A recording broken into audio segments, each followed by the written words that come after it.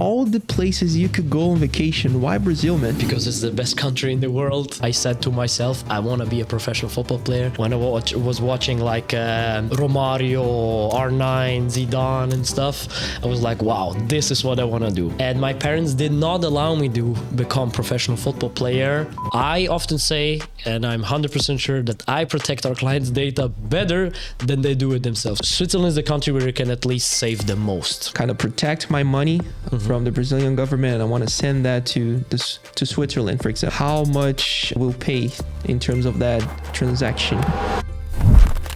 Saudações, empresários, bem-vindos a mais um episódio, na verdade o primeiro episódio aqui desse podcast. Talvez se chame Lockcast, talvez mude o nome, eu não sei, mas hoje eu trouxe um convidado ilustre aqui, que veio diretamente da Suíça, tá de férias aqui no Brasil, um cliente muito querido. Falta o sócio dele, Ricardo, você está intimado, mas aqui a gente vai falar sobre curiosidades da Suíça. Acho que muitos empresários brasileiros têm curiosidade para saber, veem muita coisa na internet e às vezes é muito mentira. E a gente está aqui para entender como que é a empresa dele, o que funciona e extrair alguma lição para você que é empresário. Tudo bem? Então, Vesi, welcome to Brazil. Thank you very much. Thanks for having me. No worries, man. It's a pleasure to have you here with us. And also, I have to present my co-host. Então, o meu co-host aqui é um cara aí da Alca Empreendimento, all keys available. He's got a brokerage in Brazil. He's also a YouTuber. He's like a presenter. Really nice looking guy, right? Thank you for being here. Thank you for having me. Jeff texted me last night asking me to be the co-host. So let's see how this is going to work out. Thanks for making the time also. Yeah, thanks, man. So Vesi, out of all the places you could go on vacation, why Brazil, man? Because it's the best country in the world for vacation, at least. The tax stuff and other stuff here is a bit more complicated. Like they ask you for the CPF all the time, even if you buy bubble gum. But for vacation, it's amazing. I mean, I love the people here. They're very warm. They're very kind. They're really kind because they are kind, not because they want something from you. They're just like happy people because they are like that. So they don't have any bad intentions. And I have to say I'm probably one of the biggest ambassadors for Brazil in Europe, since many people in Europe are scared of Brazil, like, oh, it's dangerous and stuff, since the news always just show the bad stuff. And I have to tell you, in my now totally, let's say, almost 100 days that I in total spent in Brazil during different vacations, I never had a single problem, single problem ever. During Even the day, if you are in Rio, right? Never. I've been to the favelas, to Vidigal and Rocinha. Obviously, of course, those are more touristic ones. But even at night, never problems. In nightclubs, you don't see like people fighting or screaming, shouting, pushing, which is very different in Europe. And here people drink alcohol as well. So it's not an alcohol thing like, people get drunk and then fight. No, it's the culture. They are more kind. They are just happy people having fun and not looking for like some troubles. Everybody is super cool here. So I love this country. You have everything here. Oh, that's good. I believe you're more Brazilian than any of us here in this room, man. You've been to more places than any of us have ever have. Yeah, you know. Yeah, that's when I say, for instance, I was example in Fernando de Noronha. Mm-hmm. That's a good place. Oh my God! Like, and it is paradise. I really can recommend to everyone here to go there. Nice. That's good, man. So a lot of Brazilians, they believe like, well, okay, a cleaner in Switzerland makes 4,000 francs, right, a month. Yeah. And they multiply that by 6 equals 24,000 reais, right? Mm-hmm. Now it's 7. Now it's 7? Now it's 7, yeah. And then they believe, wow, they're making more than doctors here. They're making more than directors, right? Yeah. And that's pretty much not true when it comes to the cost of living there, right? Of course, yeah. So maybe the question to you is, what is the real deal in Switzerland? Is it really that expensive? People who make like 100 grand a year, can they live like kings, just like in Brazil, or it's kind of a survival game? No, look, as you may know, in Switzerland, it also depends on where you live. You cannot just say, oh, let's go to Switzerland. If you go to the wrong canton, you could like pay triple the taxes than in the other one. So it's a big difference. So that also decides on how much chunk of your money, of your savings stays actually in your pocket, and you don't have to give it to the government. And also the lifestyle. You could easily cook every night at home with your friends, with your families or whatever, and maybe go out once a month or like twice a month, that's fine. But if you go out like here is more like people go out almost every night to eat in a churrascaria or stuff. In Switzerland, that would not be affordable. I mean, you could do that, but then you don't have any savings. You could not like buy crypto or like some stocks. No, depends on what you need in life. If you want to save money, Switzerland is definitely the country where you can do that because it gives you a lot of freedom. It is not like a tax heavy. The wages are very fair. Yes, the cost of living, like a tomato there costs like 12 times more than here or whatever. But at the end of the day, I see it and I travel a lot. I always compare also like in terms of cost of living, rent and stuff. Switzerland is the country where you can at least save the most. If you, and you don't even have to live extremely frugal. You don't have to like smoke cigarettes every day and stuff. So yeah, those can be quite expensive. And the mentality is another thing that comes to mind because in Brazil, like let's say middle class, right? So they get a salary and by the end of the month, there's no savings. But in Switzerland, I believe like the mentality is a little bit different because they take into consideration all the cost of living and also taxes and all that, right? You would think that, but since I am the owner of one of the biggest tax companies, actually the largest digital tax company in Switzerland, we see a lot of tax returns. And I have to tell you, especially the younger people, of course, at the end of the month, it's zero again for them also. Wow. Yeah, because they live from month to month. And also, which is funny, in Switzerland, at least the people that are having the Swiss passport and C permit, they have to pay the taxes, so to speak, like at the end of the year. And every year people are like surprised. Oh, I forgot I have to pay taxes. What like, do they do in this case if they don't have savings? They scrap it somehow together from friends or from their family. Also in Switzerland, we have like the 13th wage, and most people use that 13th wage, which is like the Christmas bonus, just for that. The same in Brazil, we have that. I think they made it just for the people that just forget to pay their taxes. But in Brazil, it's like people buying like anything they want, right? For maybe it's the same thing. It's the same like in Switzerland. So you would think that people are more smart with their money, but no, it's not the case. But it's catching up now more since the financial education is much better now. People read more about these, as I mentioned before, the books like Rich Dad, Poor Dad. So the financial literacy improved a lot in the, let's say, last 15, 20 years. So people are more aware of like, hey, I actually have to save something since inflation is hitting, cost of living is rising everywhere, especially after COVID. All the prices increased for literally everything. Like, so people are more aware of that, but it's a slow process. Yeah. Do you have any questions? No questions, but this point of financial literacy, it's the same thing with regarding the middle class in Brazil. I saw that like 2 months ago, but over 80% of people in the middle class in Brazil, people who are making 10K, 20K a month, they're in debt. Yeah, 10K reais. 10K, 20K, and you can live pretty well in Brazil depending on the city with that this wage. Definitely. And over 80% of people in Brazil that are making this, they're in debt. So at the end of the month, they're either zero or negative.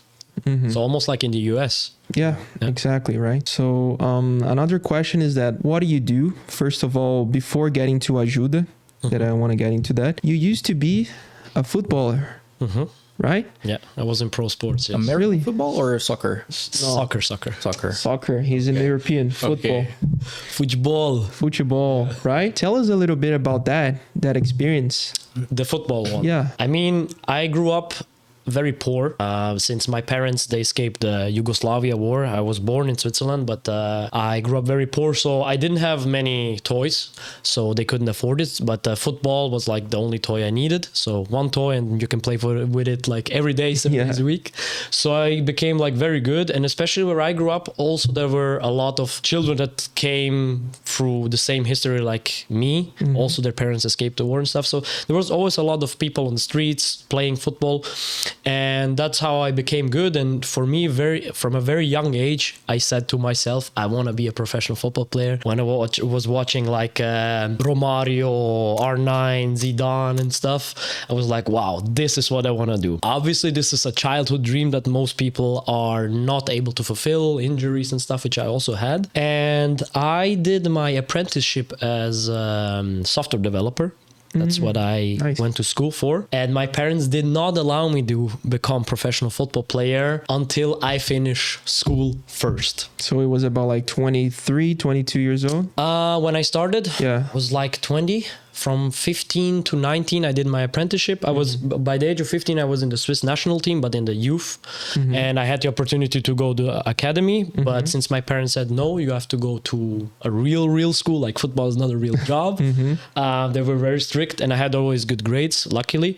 They said, do the school first. After that, if you want to be an astronaut or whatever, we don't care. Just finish that school. And then I was like injured for 15 months after, I had like a serious injury.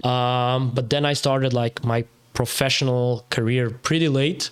I went to my home country, which is Bosnia. I'm Serbian, in the Serbian part of Bosnia. And I started there, which was a bit easier to start than in Switzerland.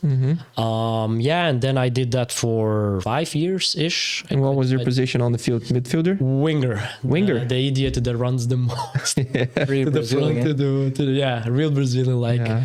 Technically versed. Obviously, after the injury, it wasn't the same, like this 15-month period, but I was able to fulfill my childhood dream and live off of that. Obviously, I was not like a Neymar and earning 50 million per year or something. But you were like traveling with the team all over Europe, or? Not particularly. I mean, I lived always in different countries depending on where I was playing, like in Serbia, Bosnia, in Germany I played. Nice. But we didn't...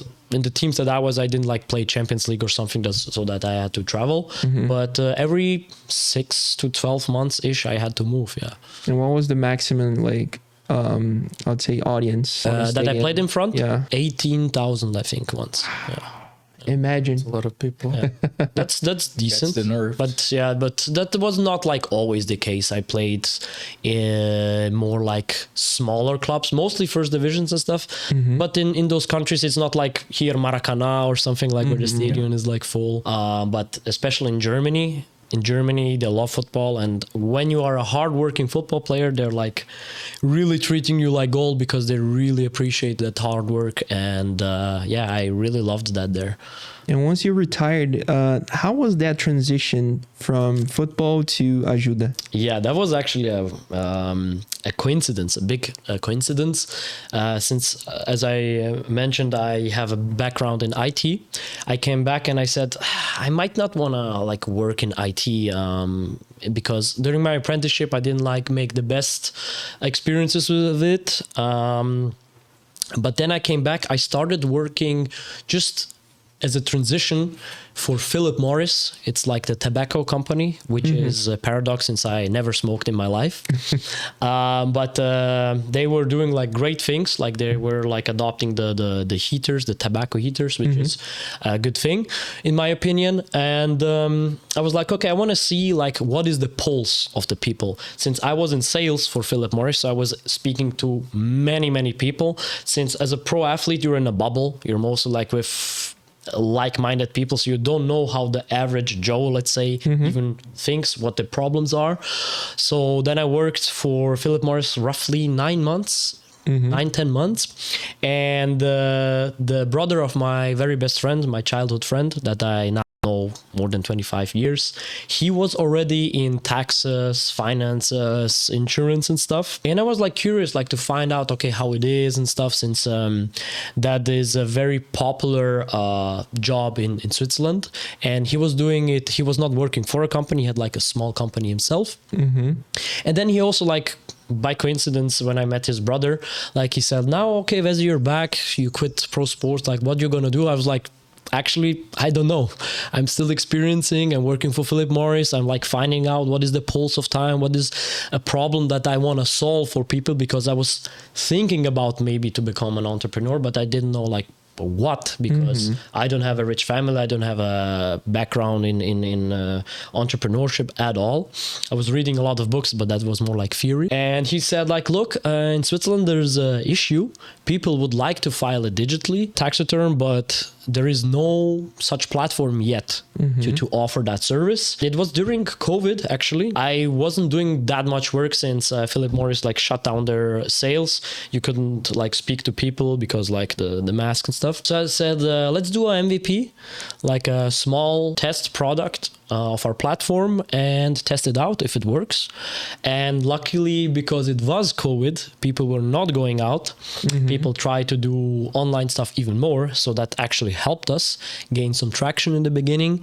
And that's how we confirmed that our idea was working. Even without that much marketing, it was more like mouth-to-mouth propaganda. Like, hey, try it. Do you like it? And they're like, oh, wow, that's actually much more efficient. I don't have to go out. I can do it in my pajamas or whatever. So yeah, that's how we started, and now it's like 6 years since almost. Yeah. Nice. So it was founded by your friend, and then you came in as CEO. The MVP was just an idea. It wasn't the company before. But I learned most of my stuff in the beginning. I learned from him, like, hey, how does insurance world work?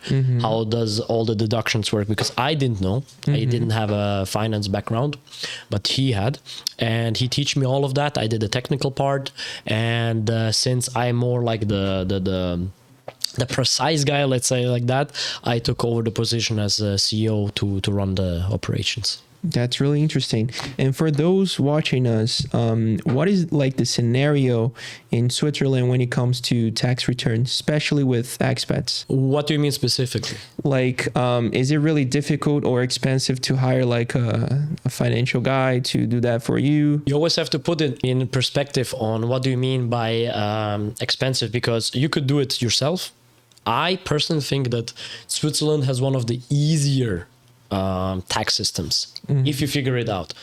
You need a little bit of time, but for example, like US or like Brazil, I would definitely hire somebody. But we are focused, our company ajooda is focused on the expat. So the expat is maybe for a few years in Switzerland, he doesn't want to like live forever there and doesn't bother learning the tax system for that case. And he said, look, I earn good money, my time is very valuable, I rather pay $400-500 whatever for someone than investing so much of my time that I might even make some mistakes still. That's why I would say it is generally not expensive to hire, but the cheaper ones, there's a lot of cheap ones. They are just doing that to sell you insurances. So that's a very common trend now in Switzerland, since they saw that tax data, obviously one of the more sensible data. You see everything about the client. So it's very interesting for a lot of people. This is not our primary business. We do insurances, but we have the prices so that we don't have to sell insurances. But you can get a guy for like $50, but don't be surprised if he's like calling you all the time. Hey, do you want to buy this insurance? Do you want to buy this insurance? So, but we're like in a middle ground, like 400-500-ish on average. So let's say like I'm an American hired by Google, living in Switzerland, and I'll be staying there for like 2 to 3 years. Yeah. So I would really appreciate ajooda to help me. And ajooda, for those who don't know, what does that mean exactly? Ajooda comes actually from the word ajooda, like help, but we just Googlified it with 2 O's. It was Ricardo's idea, my business partner's. So that was our initial idea. Hey, we want to help people get their tax return done very fast. And our credo, our motto is like your tax return done in 6 minutes, which is the average time that you need for submitting your documents to us and answer the questions really quick so that we can apply the maximum deductions. So you don't have to like back and forth, emails, calls, and any of that? No. Very rare, like very complicated cases where we also just want to double check and confirm something with a client, like in edge cases. But as long as you send us all the documents and we have a checklist, and also like answer the questions precisely, like how do you go to work and stuff, it's fine. We know most stuff from the documents anyway. You don't have to like explain everything to us. But if you have like a house, I don't know, in Greece and stuff, and the documents are in Greek, we double check with you. And one of the questions that comes to mind is that maybe I'm an American or European, and I might think that because I'm receiving money from abroad, I don't have to declare it in Switzerland, right? Yeah. How does that impact financially that specific person? I mean, in Switzerland, you have to. I mean, if you're gonna do it, it's up to you. But you have to declare your worldwide assets as well as your worldwide income. And I'll just give a broad, like very simple example. Let's say you earn 100K in Switzerland and 50K from abroad. you have to declare these 150k, but you're not taxed on 150k. You're just taxed on the 100k that you earn in Switzerland, but with a tax rate of 150k.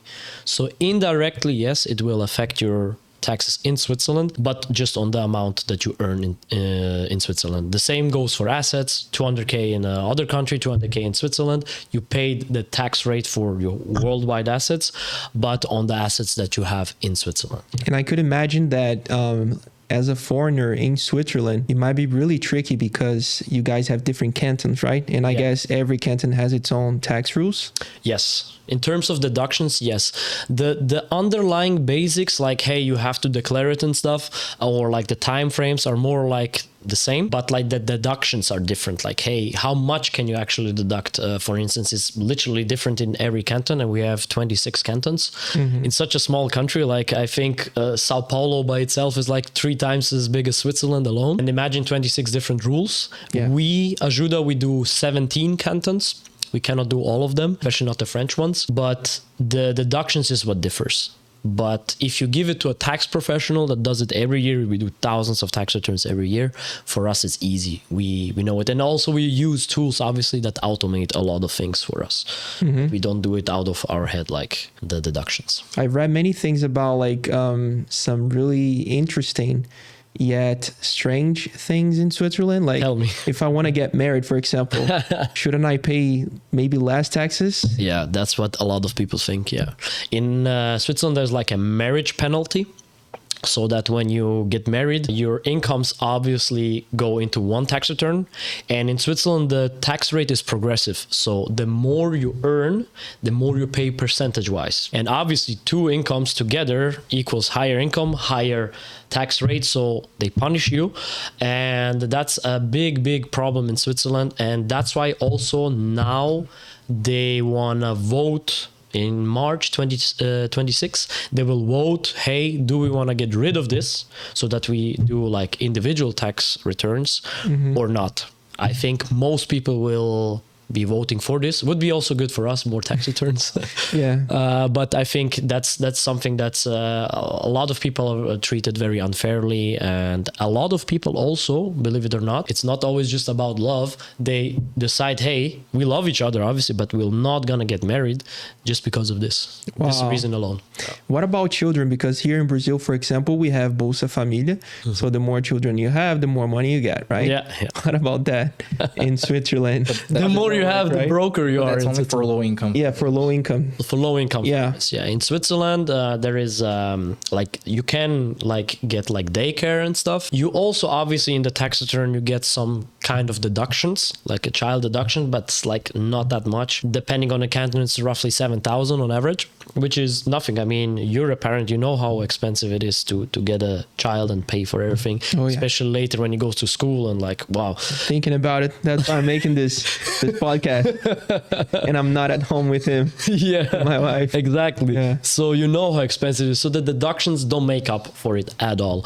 Switzerland is not really a family-friendly country in terms of money. Obviously, it's very safe. You can let your child out, walk. It's not gonna get like kidnapped and stuff. Even if you're rich, you don't have to worry about this. So that's a lot of peace of mind that money cannot buy, obviously.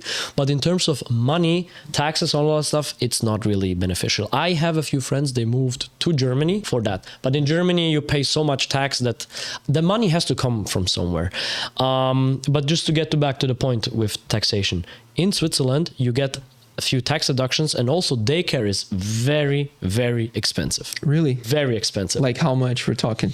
Like per child, you can easily pay like 2,000-3,000 Swiss francs per month. So that's what, like 20-something thousand reais. See that, Brazilians? Even though some daycares here, like close where I live, there is one, there's 4,000 reais, and people find it really expensive, like only for 5 hours. Yeah. But you can get, I don't know, our producer can say better than me because my child is only 4 months.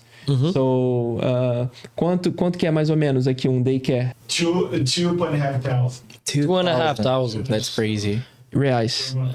Wow. That's more than minimum wage. Yeah. See, Yeah. yeah, for the standard of living, I think I was actually thinking many times I'm in the wrong business. I have to like a childcare something, because my best friend, the brother of my business partner, he works in that many years. So, and he's telling me like the parents are paying a lot of money. So, and also you cannot deduct a lot of that money. They raised now how much you can deduct. It used to be like for example in Lutheran was roughly like 5,000-6,000 that you can deduct for the full year, but you paid like 30,000. Wow. So you cannot even deduct all. Now they raise it to 25,000, and depending on the different cantons, some cantons are more forgiving, more friendly in that regard. Zurich raised like 2 years ago to 25,000. But yeah, the costs are huge. I mean, you can deduct it, but it's still a very, very, very... And also, like, as you said, it's more than minimum wage. It's not more than minimum wage in Switzerland, but after all the work and stuff, I sometimes ask myself, is it even worth that both parents go work? I was raised by one parent going to work, my mother. She was like a waitress, and she actually fed us with the tips that she's getting, and my father was at home with the children, right? And back in the day that was kind of possible. We were struggling, yes, but it was kind of possible. Now 30 years after, like almost, it's not gonna be possible. It's very, very hard. You see it very rarely that families like have like just the father's working, the mother's at home. It's becoming more and more rare. Yeah. And I think let's change up a bit, like the subject.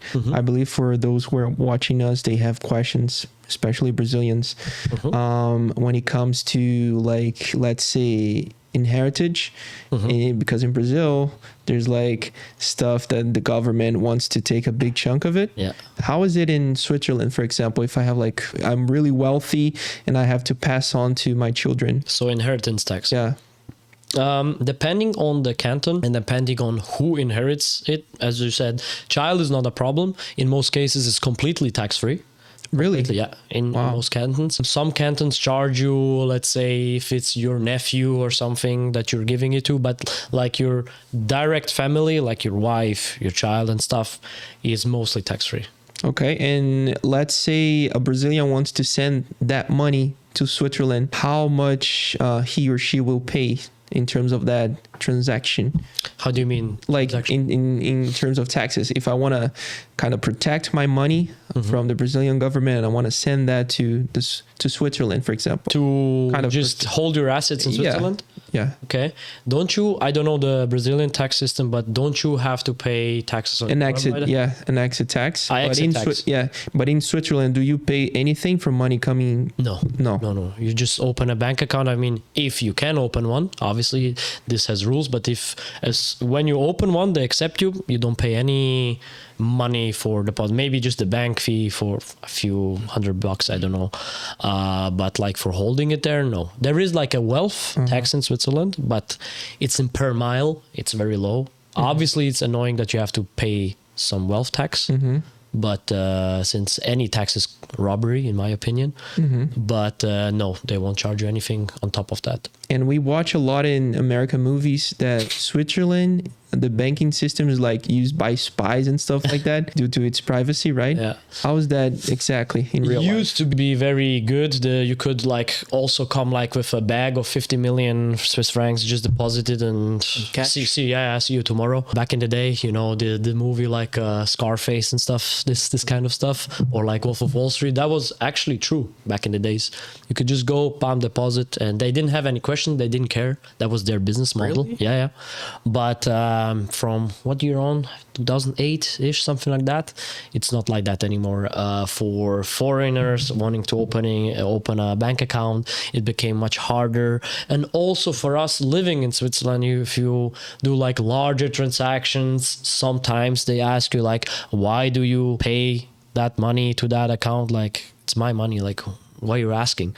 And they don't ask you because they want it, because the FINMA, financial market like regulators, they are getting more and more strict in Switzerland, so they want to know everything. But that's happening in Europe, like throughout, like they want to track everything. Switzerland is, let's say, the least worst of them, since we still try to fight against bureaucracy. We want to like keep our stuff private, but the politicians are getting pressured from the lobbies. The financial market regulators, they go deep now, not just into banks, but also insurances. It used to be way much easier, faster to do deals. Now it's more and more complicated. Yeah. Mm-hmm. What about crypto? Like an expert, let me give you an example. Let's say I have like 5 Bitcoin and I'm an expert. I work for a big tech and I live in Switzerland. Like, how is that exactly in Switzerland? Am I going to be taxed? Do I have to declare it if I want to cash it out? How does that work? Like if I want to buy a car there, for example. So you definitely have to declare it. Again, if you're going to do it, it's up to you. If you want to try to hide it, do it. It's up to you. But you have to legally declare it. And in Switzerland, there's like not many reasons why you should not declare it, because in Switzerland, we don't have a capital gains tax. So as long as you're not like a professional trader that buys daily or like uses leverage or whatever, then you won't pay any tax on that. So there's no reason to hide it. Especially if you want to buy a car later, then how you going to like explain where did that like 200,000 come from? Then you run into big problems, have to pay fines, fees. Very annoying. If you trade and stuff, then it's a different scenario, obviously, because you then pay the normal income tax. Let's say you make 100K profit with crypto trading or stock trading, the rules are the same. Then you just pay the income tax rate, which can be obviously high. But if you do buy and hold, and especially if you hold it longer than 6 months, and with crypto is perfect, like Bitcoin, I would just hold it and not do anything with it. You can cash it out tax-free. No questions asked. You just pay an wealth tax on that money if you exceed a certain threshold. Depending on a canton, for instance, in Lucerne, as a single person, if you exceed 62,500 in total wealth, you pay wealth tax on that money above that. So if you have 80,000, let's say in total, you pay on that 18,000 a little bit of tax, but that's so low that you don't even have to bother. So. Se você tá aqui até agora nesse vídeo é porque te interessa muito seu patrimônio, proteção patrimonial, e é muito difícil a gente conseguir saber aonde, qual investimento escolher, se pega uma parte do patrimônio, leva lá para fora e como fazer isso de uma maneira segura. Para poder gerir e crescer o seu patrimônio, investimento é primordial. E para que você faça isso de uma maneira segura, tenha uma assessoria, a Libra é a solução. Nela, com o Rodrigo, ele vai conseguir entender o seu momento de vida atual, seus objetivos de vida e te ajudar a escolher as melhores soluções para você e para sua família. É só você apontar a câmera do seu celular no QR Code dessa tela ou clicar no link abaixo desse vídeo aqui, da descrição desse vídeo, e entrar em contato direto com o Rodrigo. And let's talk about the real estate market there. I don't know if it's true, right? But I've read that most of the people living in Switzerland, they rent it instead of owning a home, right? Yeah. Because of the taxes. It's not just because of the taxes, but because also they're not able to buy a house, since Switzerland has probably worldwide one of the highest home prices. And also you need to have a certain income to be even able to get a loan from the bank. Yeah, you cannot just go like in the US, like that's why it crashed there, like I just like apply for a mortgage and you get it. Like no, they calculate based on your income, based on your expenses. You have a child, whatever, are you even able to realistically repay us that debt? Even though in Switzerland the strategy, since the mortgage rates are super low, in Switzerland the strategy is more like to pay it off as slow as possible. Because it's cheap money, but still they calculate that, and most people cannot get even a mortgage. So that's reason number one. And then if they can get, like, it's very, very expensive, very, very, very expensive. Like a house that costs like here, maybe, I don't know, 100K Swiss francs would cost in Switzerland probably like 1.5 million or something. Wow. Easily. Really? Yeah, it's very expensive. Since Switzerland is a small country, you don't have like that much land, especially if you want to live like in urban areas in the city. Forget it. It's too expensive. What about rent then? Let's talk about Lucerne, right? Yeah. Like how much would you pay monthly? In rent, like a decent home, let's say like 2 beds, maybe. 2 bedrooms, you would pay roughly 1,500 Oh. Swiss francs. That's a good price. Oh, If really? that's a good price if you live closer to the city. Outside, yes, you can pay maybe 1,200, but in the city, there's also a lot of flats for 2,000, 2,500. In Zurich, which is the most popular city, it's not the capital, but it's the most popular city since it has a lot of concerts, restaurants, everything, and also the business hub. You can sometimes easily pay 3,000, 3,500 for rent. Yeah. So you're making 4,000 and you're paying around 1,500 to 2,000. Yeah. Wow. That's not unusual. Oh, really? It's not unusual. Rent is one of the highest expenses in Switzerland. That's why a lot of people still live with their mother. Hotel mama, we say. Since it's way too expensive. And you cannot even get a flat very often. In Switzerland, it's very usual that when there's a new flat available to rent, there's like literally 200 people waiting in line in front of the flat to apply for it. How does it work for someone who's going to Switzerland then? Like I'm a student. Yeah. I'm going 2027. Yeah. I need a place to live. Probably going to share like... What do I do? Mostly you have like shared spaces, but you better figure it out before. Yeah. Otherwise, you're going to sleep at That's the airport. what we did when we went to Toronto, right? Yeah. So we were in the same house, kind of, sharing the cost of it. Yeah. But there, it's very easy for you to find something. Yeah.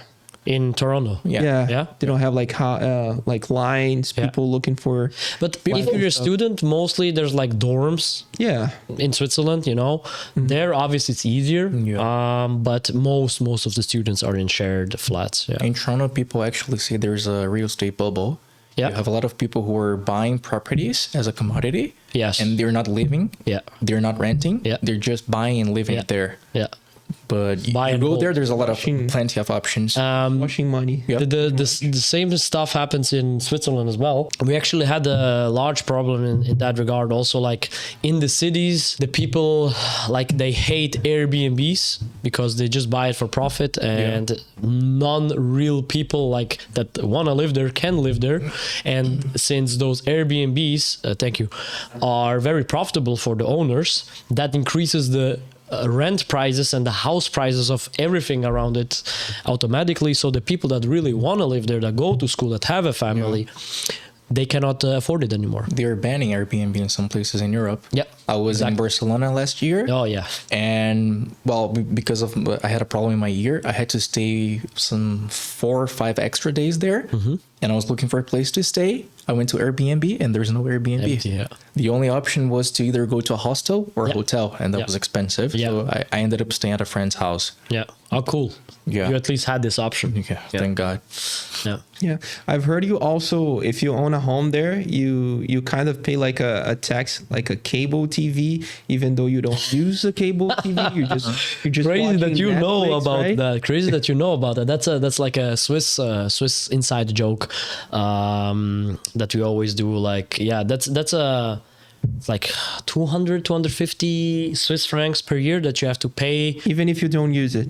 Even if you don't use it, you can literally like rip out the thing out of your socket and never use it. But they say like just because it's there, and you have to because you could realistically listen to a radio in your car also and stuff. So it's really stupid. Yeah, that's Just a way to get more money, right? yeah. It's but that's literally a rage bait for people. Yeah, this one. What about like I've also read on the internet that let's say if I throw my garbage out and it's not recyclable, and the police officer opens it up and see like my identification somehow, he can find me. That's in theory it's true. We have like we spoke before. You said like the black bags and the blue bags. Yeah, that changed 20-ish years ago. I remember still as a child you had like the black bags, but then they started like to tax obviously the trash and you had to buy the blue bags. You cannot go and throw it out with a black bag. You can, but you have to like purchase some like tickets that it's just a tax ticket that you just stamp on it. But you have to have the blue bags. But with the checking of the trash, that's in theory true, but nobody does that. So don't be scared about that. But in Switzerland, I remember we have in Switzerland, people follow the rules pretty strictly. Just because. Not because somebody's watching their shoulder. Just the way you're raised, you keep the streets clean. You just don't like throw stuff away. I remember when I was in my home country, there people do not care that much about that stuff. So I was like eating a banana and I was walking with my aunt. And we were in the city and you didn't like back in the day, you didn't have like a trash can every 50 meters.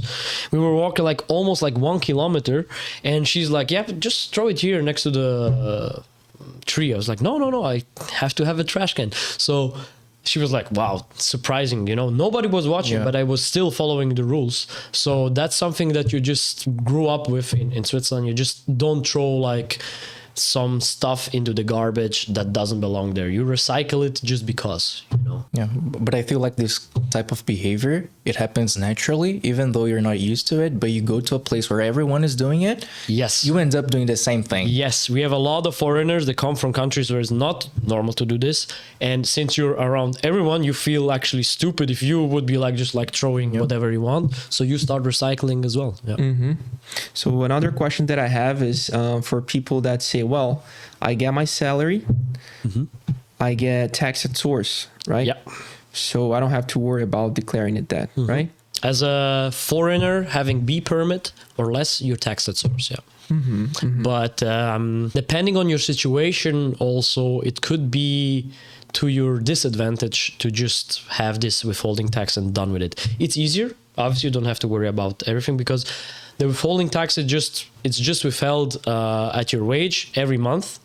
So you don't have to do anything. But if you have like long commute, education cost, third pillar and stuff, you could end up saving 2,000-3,000 francs, depending on the situation, every year just with filing the tax return. Just for this small inconvenience of filing a tax return, getting 2,000-3,000 back every year, and just give it to a professional, pay him like 200-300 and you get like the difference back. It's a good deal. But that's not always in every case, like 70-80% of the cases that's true. So that's why we have the service where people actually can come to us before they apply for the tax return voluntarily, and they ask like, hey, what will happen in my case? Because if you do it once, you always have to do it. If you apply once for the tax return, you always have to do this. You can shoot you in the foot. So they say, look, I'm going to pay you this fee, calculate it please for me. And then we say, it makes sense for you, or no, don't do it. Right. Yeah, so I also heard that if you maybe lie about your income and you try to do your tax return and they find out, they can tax you like for maybe 10 years prior. Is that true? It could be an honest mistake, I mean. It could be an honest mistake. They can tax you retrospectively. Mostly also what people think they will fine you. Not really, except if you really like, I don't know, you earn 500k and you just declare 50k, it's obvious fraud. But if you didn't declare like a small side hustle or something because you didn't know that you have to do it, they won't fine you. They just say, hey, just pay tax retrospectively and you're fine. Also what there is in Switzerland, I don't know if you guys have it in Brazil, they started a few years ago that you can, if you know that you did some stuff, sketchy stuff, you can like do like huge fraud and it wasn't detected yet. You can go to the tax office and say, look, I want to disclose that I did this. You will just pay a small tax on it, obviously, like the fair tax that you would have paid anyway, but they cannot fine you. You can do that once in your lifetime in Switzerland. You can say, look, I did hide 5 million or whatever. Oh my God. And they say, thank you for disclosing it. I don't know when it started, a few years ago, and there was a huge line of people that said, I'm gonna like get rid of this pressure that I had, because if they bust me, I am really in trouble. You can go to jail, obviously, if it's like larger amounts of money that you hid. So you were allowed to do that. But after you do that, they're probably going to keep an eye on you. I mean, if you did in the past, you might be doing it in the present, and you're going to continue doing it. Definitely. But most people, since they disclosed that, I mean, they probably want to disclose all the stuff from now on. There's no point of like saying, hey, I'm a criminal, look at me, and then continue being a criminal. Yeah. You either be a criminal and just hide it forever, or just like say, hey, I made this mistake, or I didn't want to disclose it or whatever, and now I'm fine. And you had like a huge influx of people that came and said transparently, like, I did this and this. It was like Switzerland made billions and billions in retrospective taxes with that. Yeah. I was wondering, how does it work for people who make, let's say, the wealthy people who are making over 10 million a year? Yep. And they have different sources of income. So I have 100K coming from the US, I have 1 million coming from China, 500K from Brazil. Yep. And at the end of the year, I have to declare how much I made. Yes. So we do have one factor that is the currency fluctuation. Yeah. How does that impact the tax returns? What we do, we have a lot of clients. They have like dividends. They have like rental income from foreign countries where they rent out their flats. But we use, there's like, for these kinds of incomes, there's like the government tells you for There's this like a particular year. benchmark? Yeah, there is like an official number that they give you for this year. They have an end of year number for like the assets per 31st of December. And they also have like an average that they give you officially. So if it's Brazilian reais that you earned, use this The Swiss multiplier. government gives this number. The official one. Okay. So you just apply it by that factor and then you're good. Okay. Yeah. So you don't have to worry like too much, like do calculations in your head. That would be too cumbersome. Great. Switzerland is pretty straightforward and efficient since the wages are so high. They don't want to waste time checking your tax return or like your calculation. Is it right? Is it wrong? They just give you the numbers up front. Just use this and then you're good. And what about like, it's really pretty interesting how ajooda works, but can you walk me through like step by step of how, let's say I'm an expat, right? And I want to hire your services. What do I do? What are some of the steps that I have to follow and how it works like internally? Yes. First of all, we designed our process to be very transparent and also that you don't need to get in touch with us. You can, but you don't have to. You can literally on a Sunday morning say, oh, tomorrow I have to file my tax return. Wake up, find your documents, you have them. That's the only part where we cannot help you. We cannot get the documents for you from your employer or whatnot. Photograph them on the phone or like scan them and like upload them on our website. You just land on our website, you see, oh, the prices are nice, like it, because we show our prices up front. So there's no like cat in the bag, like, ooh, surprise. If you like the price, you just go inside, click, let's go and answer the questions. Upload the documents and you're done. Like I said, it's on average 6 minutes.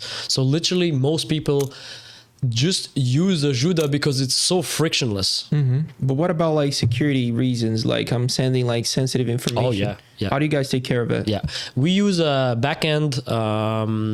We use Django. It's a Python framework, backend framework. It's the one of the, if not the most secure framework of all. And we take great care of the data that you send us. I often say, and I'm 100% sure that I protect our clients' data better than they do it themselves. So if there is a data breach, then it's probably going to happen at your home, but not on our service and stuff. Since I have a background in IT, I have a lot of friends from IT. They work in data security and stuff. So I know what the risks are, where the attack points are. Obviously, there's never 100% risk-free. Always something can happen, but we do our best effort to protect your data as good as possible. We always just host it in European service, so we don't send it to US American servers, which could like be a huge data breach. Actually, you're not even allowed to store these kind of data by Swiss data privacy laws. You're not even allowed to store it on a US service. So let's say you use Dropbox or something, you cannot use the American service. You have to have the European service and stuff like that. But what about like, do you guys save personal information in a database or something? Let's say like I start in 2026 and I want to do the same thing in 2027.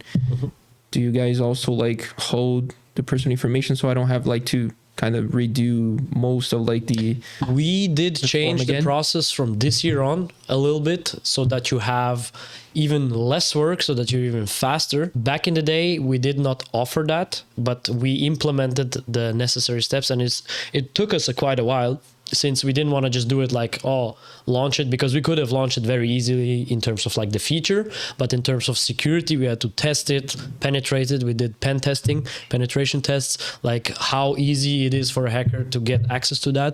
So we did implement all the steps, which took us almost like 1.5 2 years to make it like 100% stable. So from this tax season on, it's going to be a little bit different, where you can log in. Actually, before that, we did not have a login because we didn't save your data in the platform. Now on the platform, you can log in, you can see what you submitted last year. You can also see your tax return documents. Some people, they lose it or whatever, so they have like a tax vault with their documents there. That's really interesting. Yeah. Let's talk about maybe your recurring customers and how digital marketing has helped you to drive more customers, because you said at first you guys got clients through word of mouth, right? How has the digital marketing strategies that you guys used helped you get more customers? So as I said, first it was just word of mouth, just to test the idea. Then when we confirmed that idea, we said, okay, let's reach a larger scale. And we just did it by cheap Facebook ads, since back in the day was the cheapest option. And then also Google ads, which used to be amazing. Since you invested like $100, you get like $500 back. So it was a money printing machine for us. But nowadays that doesn't work as well anymore. And we had to find different solutions, especially end of because now it's 2026, end of 2025, we started also to show face a little bit, since nowadays that's very important. It's not just what kind of service you offer, and the Google reviews, obviously very important. Thanks also to all the clients that gave us good reviews. We're very happy and thankful for that. But you have to show face. They want to see, hey, who's actually behind it?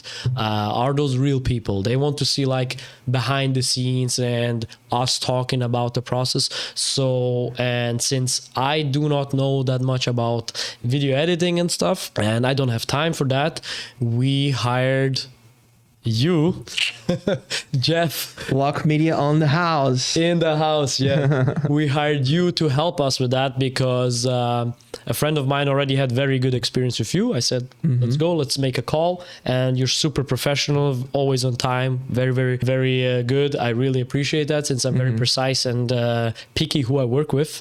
That's for sure. We started with that, and the content so far is amazing. The quality, the response from the clients, and I think it's only gonna get better. It's like a snowball that's just gonna be bigger and bigger. And in nowadays, you cannot be without like a Instagram page that has like also videos showing behind the scenes, because we did also like informational content, like, hey, these are the deductions for children that you can do in your canton and stuff. It was very informative, gives free value to the people, but nowadays people are so used to TikTok and all that stuff, so they want to see videos.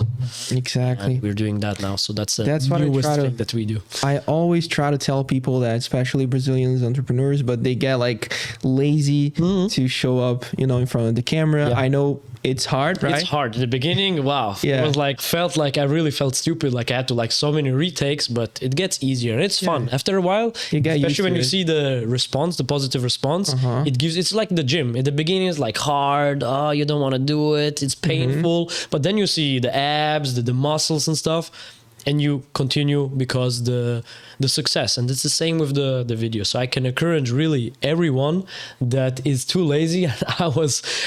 I wanted to start like literally 4 or 5 years ago, but I was always like, no, then I have to like edit the videos, then I have to do the retake, then I have to Yeah, but too once much you work, start, right? You're gonna be happy that Yeah. So I always tell people that, especially, I believe content creation is the lowest cost per acquisition for a client. for sure. In the long term, yes. In the short term, Yeah. You have to get like traction and stuff, and obviously a bit of traffic too. Yeah. But especially when you start to build that brand, people are way more likely to buy from you. And as you probably know, people don't obviously buy at the first interaction. Your video could literally cure cancer. Yeah. They would not buy the product from you. Exactly. Because who are you? Yeah. Right? Why should I buy from? Why should I trust you? Maybe you're a scammer nowadays. Think about user experience. Like how many other companies that pretty much like do the same thing as you, and like you as a user are watching everyone trying to sell their services, right? Yeah. So he's kind of like, okay, I'm choosing which company should I trust more, that I want to do business with. Yeah. So it takes time in order for you to like build a community, and then, okay, this guy has authority. I like this guy. I want to do business with him. Yeah. It takes time, more interactions for sure. In our business, obviously authority is super important since we handle your financial data. So that is important, but also like, do I like this guy or this company that's behind it? And if you have like a very unique team or like a unique approach, you can highlight it through videos a million times better than through informational content that could be done nowadays by ChatGPT or whatever. So if the people see, hey, this person or this company is like likable, I find them sympathetic for whatever reason, I'm just gonna do it because of that. They might be even more expensive. I mean, you don't buy a Ferrari because you need to go from A to B. You could do it with a Fiat or a Nissan as well. Yeah. You just want it because branding, right? Branding. That's what I tell people, especially you, Brazilian entrepreneur. If sometimes you see like your competitor, maybe your product or service is better than his, but the thing is that he's there on the internet posting content, showing up. So you have to do the same thing. So people start liking you, seeing who you are in the backstage, especially how your company works, right? Once you do that in the long run and you stay like 6 months, a year, 2 years, you're going to see a lot of results, and you can kind of calculate ROI because it's like your video could go viral. Right. So that's the good thing about content creation. I'm really glad to have you as a client, you and Ricardo, because you have the right mindset. Right.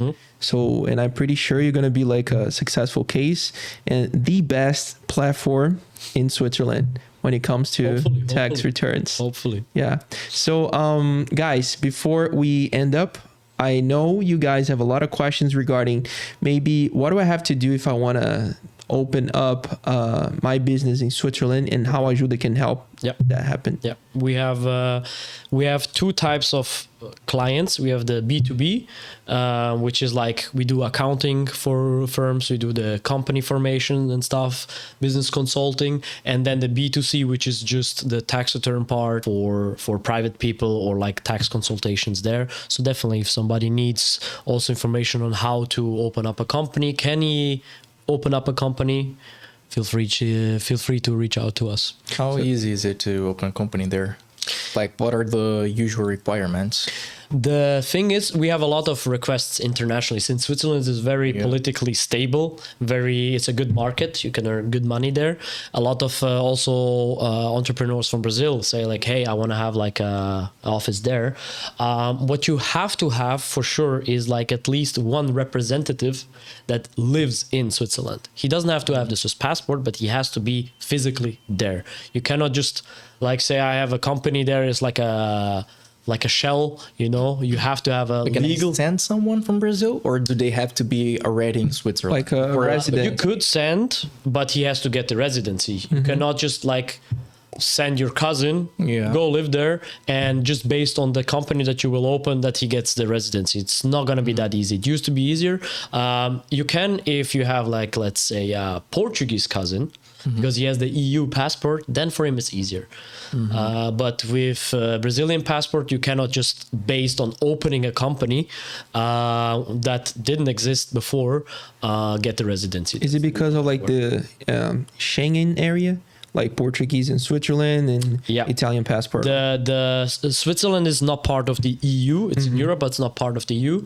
But they have like the bilateral agreements so that you can come as a EU foreigner to Switzerland, vice versa, to work there.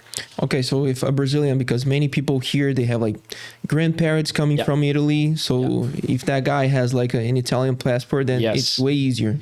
Many Brazilians are doing that since they came from, like as you said, like German, Italian backgrounds, whatever.